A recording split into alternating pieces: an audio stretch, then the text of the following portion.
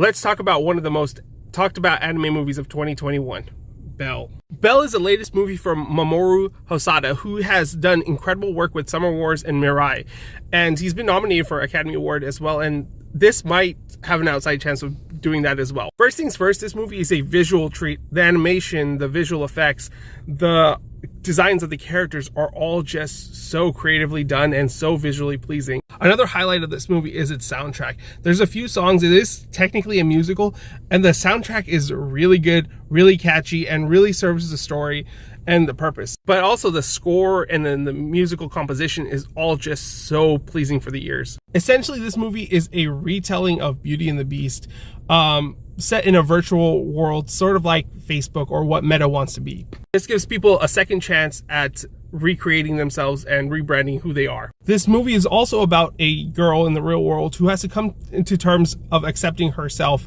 and who she is, because her voice is powerful and she doesn't need a facade to be who she is. Just by the way that this movie opens up, it really sweeps you into the world and really gets you invested. And just like the beginning of the movie, there are just some moments in this movie that really sweep you away and you just get absorbed into what's happening narratively. The characters are all fun, likable. I really enjoy how funny this movie is. It really plays with the real life situations really well, which I think Momoru Hosoda really does well, is these character moments of people just being genuine people. However, here comes my little issue with this movie. It is very ambitious. There is a lot going on here. There's a story of Beauty and the Beast. There's a story about social media and how it's overtaking our lives. There's a story of self-acceptance. There's a love story. There's all sorts of things that are going on in this movie, and it's just a little bit too much. And not everything gets a clear conclusion.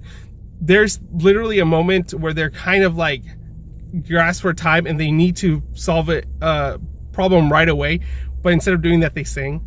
I mean, it's a beautiful moment, but it just kind of defeats the urgency of what they're trying to do. And that's kind of the issue I have with Momoru Hosoda. He just tends to do too much with his stories, while his human elements are just perfect and he can just expand that out. When he gets too much into his fantasy worlds, it kind of leaves it lackluster because he doesn't really flesh out everything or kind of narratively complete what he's trying to do.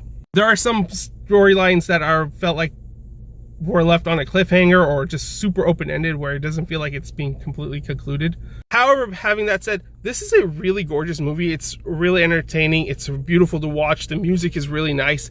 There is a lot to enjoy about it than to not. It's just when you start picking at those little moments where you're just where does that storyline go? And then it doesn't really complete itself.